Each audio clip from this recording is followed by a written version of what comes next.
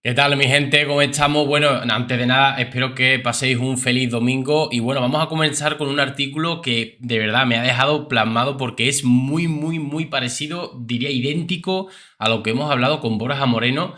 No mencionan, creo que no mencionan al forense, pero me da a mí que hablan de Borja Moreno porque es que es idéntico a lo que hemos estado hablando con él en sendas entrevistas que hemos tenido en este mismo canal, ¿vale, mi gente? Así que vamos a verlo, es bastante larguito, ¿vale? Pero creo que está bastante interesante el análisis de este forense que coincide en casi todo, en todo, con Borja Moreno, el forense que hemos tenido aquí en varias ocasiones en el canal, hasta tres ocasiones. Y bueno, vamos a verlo, insisto, es un vídeo un tanto más larguito que el resto, pero bastante interesante que os va a tener pegados a la pantalla hasta que termine el vídeo, casi seguro, ¿no? Porque analiza de una forma médico forense todo lo que ha sido cronológicamente desde que se han encontrado los restos, por qué, analiza las preguntas y respuestas que queremos saber todos, ¿no? Así que bueno, vamos a ver. Análisis forense, no sé, lo que os voy a leer es de Libertad Digital, ¿vale? Un medio digital de España para los que sois de fuera, que bueno, que normalmente pues es bastante fiable.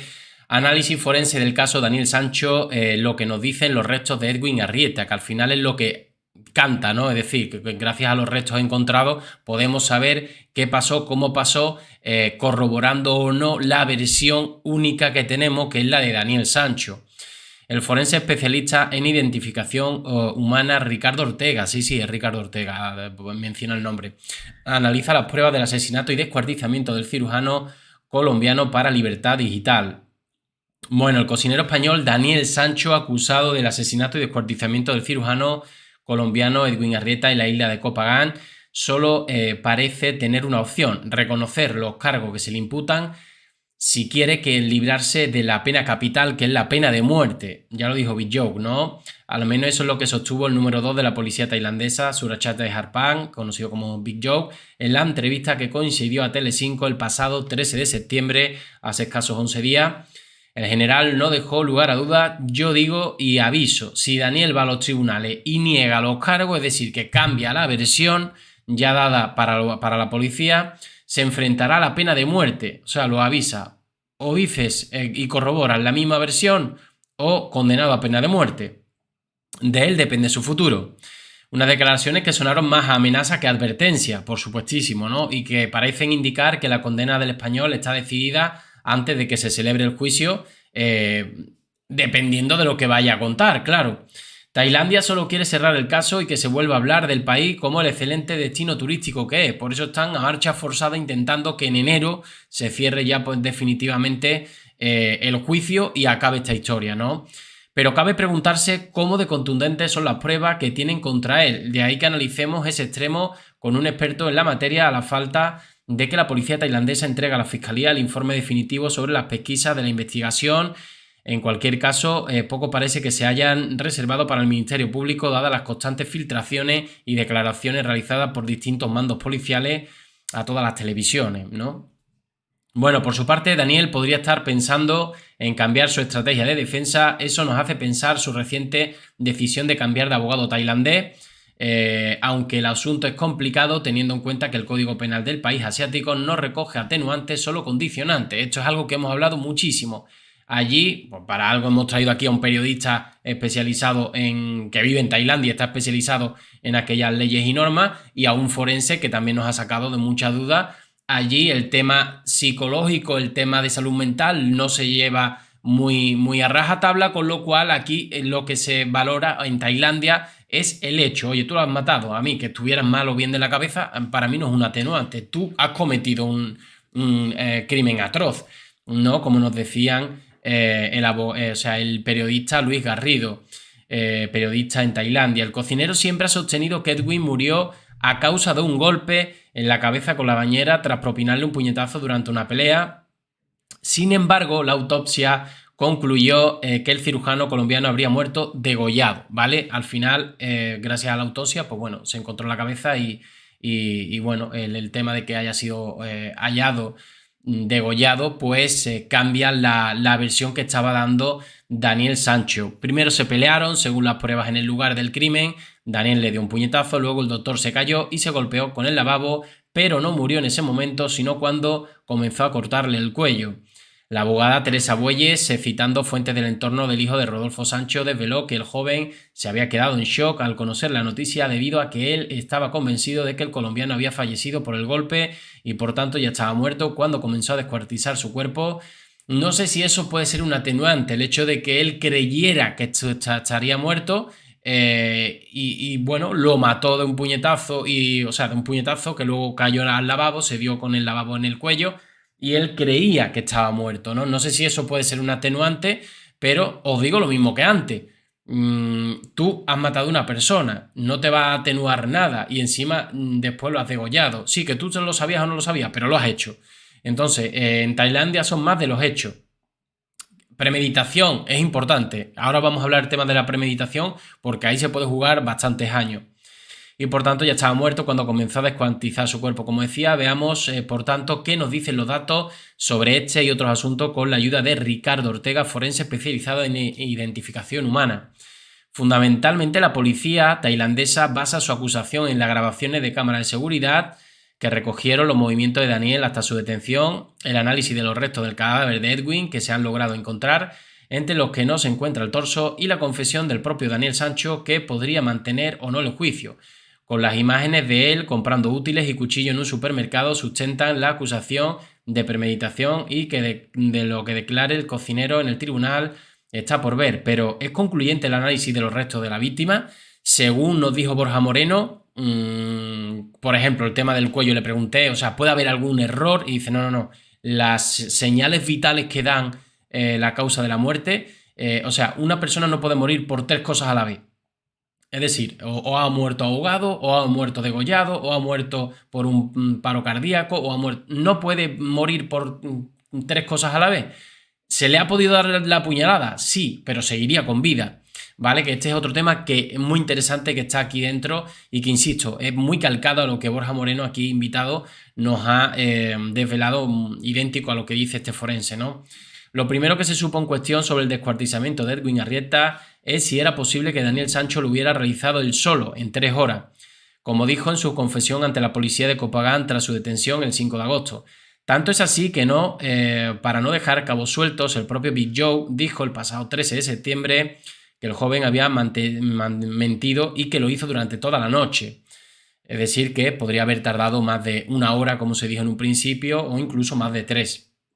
No obstante, en cualquier caso, el experto consultado por Libertad Digital considera que en 3 horas eran suficientes para descuartizar un cadáver para una persona que tenga los conocimientos y herramientas necesarios. Es decir, él tenía conocimiento porque al cortar animales, pues sí que es verdad que tenía, digamos, estaba acostumbrado a eso, ¿no? Independientemente de que un cuerpo humano sea distinto, que ahora lo vamos a tocar.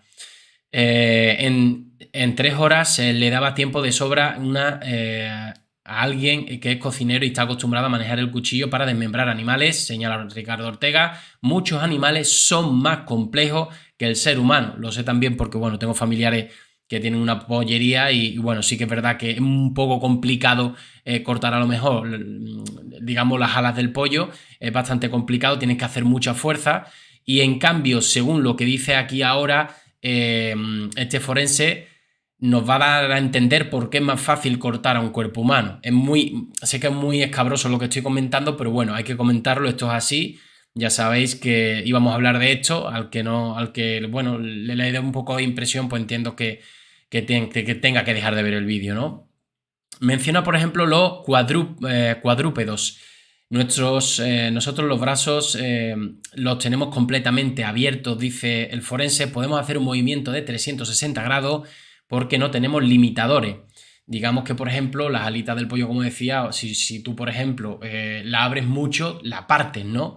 Y nosotros, por ejemplo, pues por más que movamos el brazo, para partírnoslo, pues tiene que ser, vamos, algo muy difícil, muy, muy complicado. Sin embargo, un caballo y una abeja tienen una serie de unas espículas de hueso que lo que pueden hacer es proteger la articulación del hombro, pero que no se abra hacia los lados, que dificultan el proceso. Tienes que conocer dónde están los huesos, pero también los músculos y los tendones, argumenta. Para una persona que está acostumbrada a esto es relativamente más fácil descuartizar a un ser humano y ahora que dicen que estuvo toda la noche, pues con más motivo.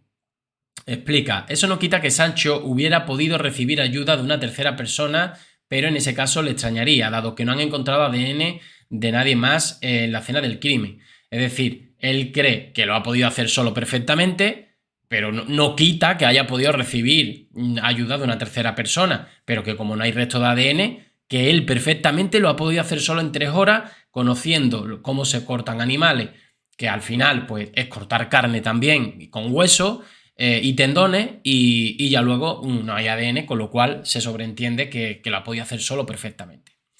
¿Es importante que aparezca el torso? Pregunta que también le habríamos hecho a Borja Moreno, y que este forense habla sobre este caso del tema del apuñalamiento.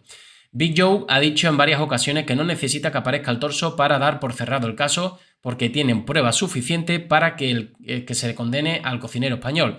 Sin embargo, Ortega considera que sería importante y que podría aportar información fundamental para la investigación.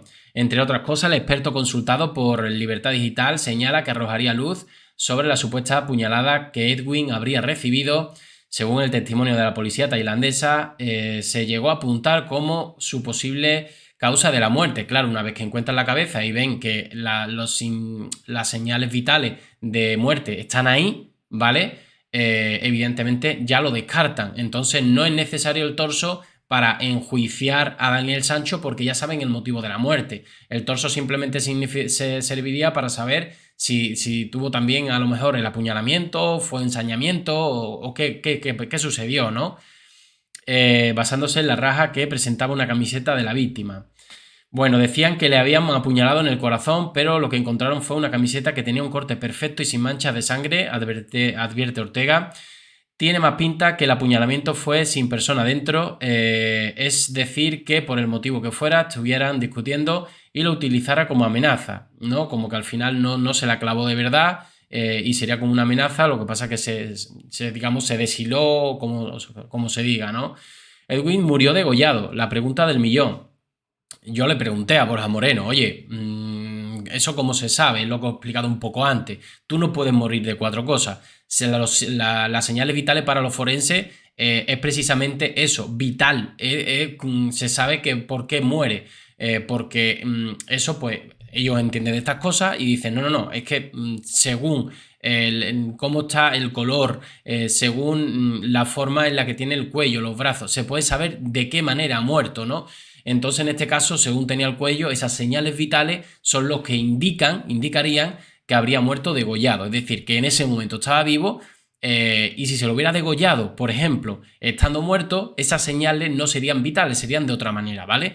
Así un poco a grosso modo intento explicarlo desde mi vocabulario y de lo que más o menos he podido. Pero vamos a escuchar ahora, vamos a ver qué es lo que dice este forense, que coincide con Borja, ¿no? Respecto a la muerte por degollamiento,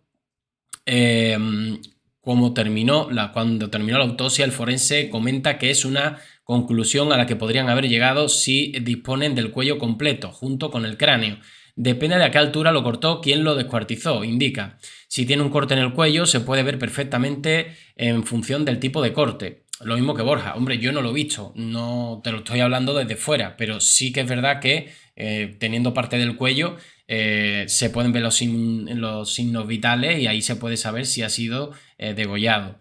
Entendemos por degollamiento el paso de un instrumento con filo, generalmente un arma, aunque también podría ser una herramienta de filo como una hoz o un machete, que es deslizado por el cuello de una persona o un animal, explica Ortega.